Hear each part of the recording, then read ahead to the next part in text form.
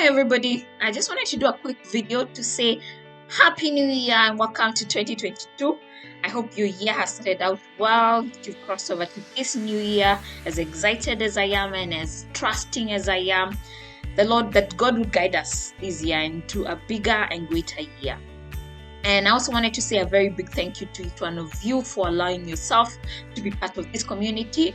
The biggest thing that Lapid Leaders Africa is about is a community, that we get to do life together. And I just wanted to say a big thank you to you for allowing yourself to be part of this community, for allowing yourself to be in community with each other, and for allowing me and the many mentors that you will interact with to speak into your life just as you speak into our lives.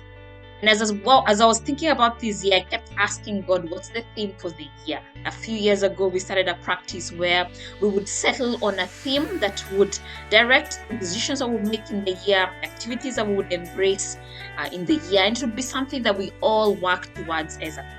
And I'm very, very excited that the Lord has given me a theme for 2022. But before I share about the theme, I wanted to take a picture of the last few themes, because I think there's a story behind each of these themes. I started the process of settling on a theme consciously. I probably did that before subconsciously in 2018. And one of my first themes was I Am Becoming.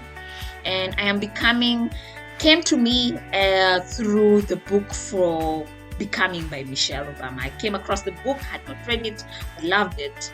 And the reason I loved it was because it spoke to process. We are a world that's very big on end finished products, and we're constantly fighting towards my great job, my fantastic relationship, my fantastic wealth. But I Am Becoming reminded me that life is a journey, and we are constantly becoming. It's not an end product that you're going for, it's the process that's most important. And I remember I was seeing a post that I put up on Facebook when I put up that I am becoming, and I could see how exhausted I was.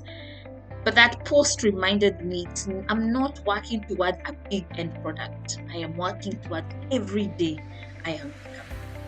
And so that was the first theme. And then the year after, we settled on a theme. Oh, and I just ended up meeting with Michelle Obama that same year. That's how God works. And then the year after, I ended up settling on Daring Greatly. And Daring Greatly was inspired by a book by Brené Brown, a phenomenal woman that I haven't met yet. But she is a fantastic teacher, and she uses Daring Greatly to speak towards the power of vulnerability. That we live in a world where we are constantly fighting against uncertainty, against risks, against vulnerability. And so because of that, we do not dare greatly. And she invites us to live a life of daring greatly, where vulnerability, risks, and uncertainty become your friend. And that was our theme for 2020. And the reason it was perfect for that year is because the pandemic landed in that year. And the thing that we all had to do was to learn to live with vulnerability, with risks, and with uncertainty. And we had to dare greatly. And then 2021, the Lord opened the doors towards Reimagine the Possible. And this wasn't a book, but there's a book called that. But it was a call towards living a very broken world, and pandemic is just evidence of that brokenness.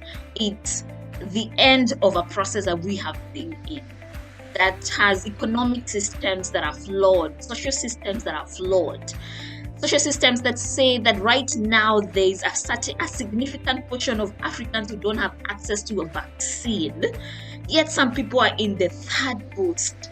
Because we haven't built a world that's for all of us. We have built a world that's for me and my people. And the thing that this theme called us to is to reimagine the possible.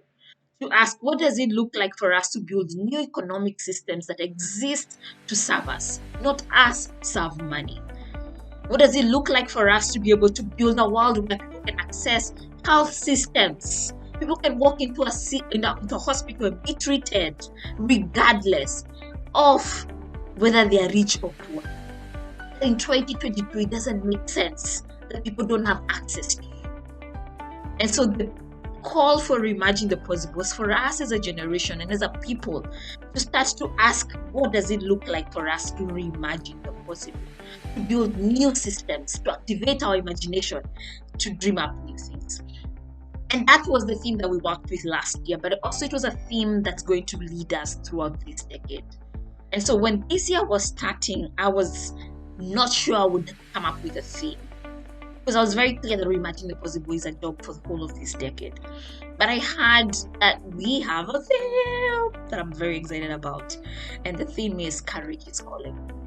That if we are going to reimagine the possible, if we are going to be people who develop imagination, develop new systems, dream up new possibilities, we must answer to the call to courage. And so when I was reading a separate book, it was talking about a guy who he was about to get married, and his wife then, it was just around when the terrorist attack had happened, and the wife wanted to start doing a marathon, and he watched the wife go for a marathon just after the terrorist attack in America, and he thought, this is courage, that a woman would choose to run alone in the midst of the country mourning. And he says something that's powerful, that sometimes we think about courage as doing great things. Sometimes courage is doing the small things. It's the courage to wake up. It's the courage to dream. It's the courage to believe when everything else says that it doesn't make any sense. When I think about myself, I've been in New York for the last 4 months, and in over December, I really wanted to go back to Kenya and spend Christmas with family, but it wasn't possible. And each day I had to remember that I'm here, and wake up and go and do strange things in Baltimore, wake up and go and do strange things in Tunbridge. And the courage to keep doing those things is courage. And the reason I'm sharing those examples is sometimes we get stuck in courage is doing great things. And I pray that we do great things. I pray that we build. I pray that we imagine new systems, new things. But more than that, it's that courage is even the small things. It's the courage to be able to build a career when you're not sure about what you want to do with your life. It's the courage to keep dating when you think relationships are weird. It's the courage to relate with people. It's the courage to write that blog. It's the courage to go for therapy. It's the courage to say, I was wrong. It's the courage to stick with things when it's easier to get out of them. Courage is calling. I invite us in 2022 to answer to the call of courage. One of my favorite verses is the story of Joshua, and I don't know that I finished a few months without going back to that story. And Joshua, you've entered the promised land, and one of the first things that God tells him to do is not enjoy the land, it's to be strong and courageous. Many of us, when we think about the promised land, we think of it in terms of the milk and the honey and relaxing. But what they will discover is they actually need to take new territory in the promised land. And for them to take new territory, the biggest thing they need to have in them is courage. That's why I invite us to have courage. I invite us to have the courage to have authentic conversations. I invite us to have the courage to be whole people. I invite us to have the courage to dream new dreams. And I invite, even within Lapid, for us to dream new stuff. As I look at 2021, I'm excited about the partnerships that we are starting to get into. We recently got into a partnership with an organization called Mukono, and they're going to be having the courage to give us interest-free loans. I'm excited about that. And in 2022, we will have the courage to be able to ignite the prowess of very many more young leaders. In 2022, we'll have the courage to invite very many more mentors to work with us. In 2022, we'll have the courage to develop many more new programs, because courage is calling. I pray that you spend some time with yourself to ask, what are the small things I would do if I answered the call of courage? What are the big things I would do in 2022 if I answered the call of courage? I welcome you to 2022, and I pray that we all answer to the call of courage is calling. Happy New Year to all of us. May the Lord go before us and give us everything that He has purposed for us in 2022.